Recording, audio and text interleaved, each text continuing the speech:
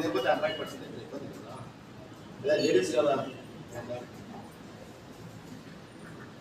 ఇది ఒక రేషదానికి అందరికీ వస్తుంది సార్. ఇది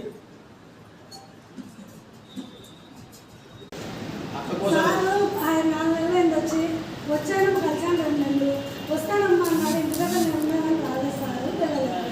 అక్కడ చూస్తే మా ఇంటి దగ్గరికి అయితే అందరూ వచ్చిపోతున్నారు. మేము ఏం సమస్య చెప్పాలి మీకు వచ్చిన తర్వాత కూర్చొని వెళ్ళాలనిపిస్తుంది. సమస్య రోడ్డు అది ఆల్రెడీ నేను కాదని చెప్పిన కాదని అందరం నడిచి మా వాటి చూద్దాం రండి. అక్కగారి ఇంటికి ఎప్పుడు పిలుస్తారు కమిషనర్ గారు అందరం మొత్తం పోయి వేసినది.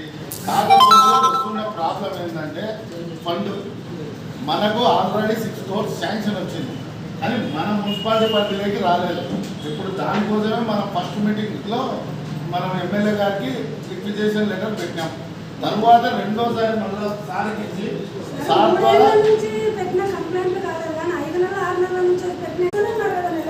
ఏది కావడం లేదు ఇంతవరకు.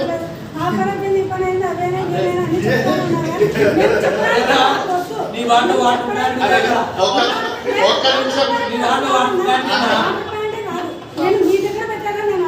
లేదు దానికి మీ వాటిలో పెట్టారు మా వాటిలో రాలేదని మేము అడగట్లేదు.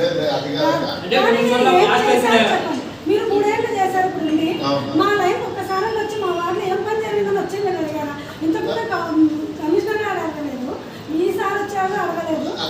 ఎవరు మీరు మేమేంటికి వచ్చేది ఊరికే అటెండ్ చేసుకుని వెళ్ళాను. మీ పనులకు మేము హామీ ఇచ్చాము.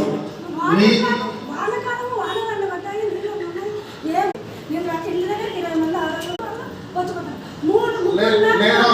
నేను నీళ్ళ విషయం చెప్తున్నావు కదా, మీ ఏరియా మొత్తం పోండి. ఏమంటారు తెలుసా, కొత్త బస్ స్టాండ్ ఏరియాలో వచ్చిన నీళ్లు మాకు రావడం లేదని ఈ ఏరియాలో అంటారు. అది ఎందుకు? ఈ మెయిన్ రోడ్ లో ఉన్న కొలాయిలకు మాత్రమే వస్తుంది, అక్కడ వంశానికి రావట్లేదు. ఆ కంప్లైంట్ అయితే మా వరకు ఎప్పుడు రాలేదు. మేము ఉన్నాం కదా, మమ్మల్ని వచ్చి అడుగుతారు, మిమ్మల్ని ఎందుకు అడుగుతారు? మా ఓట్లు వచ్చి మేము అడుగుతాం.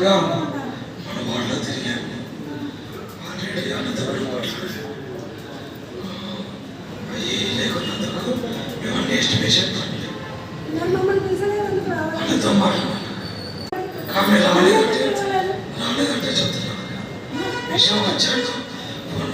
మరి ఇల్లు రోడ్డు మీదనే మా ఇల్లు. మీరు పోతే మా ఇంటి దగ్గరికి వస్తే మేమేమో డైరెక్ట్ వచ్చేస్తాను.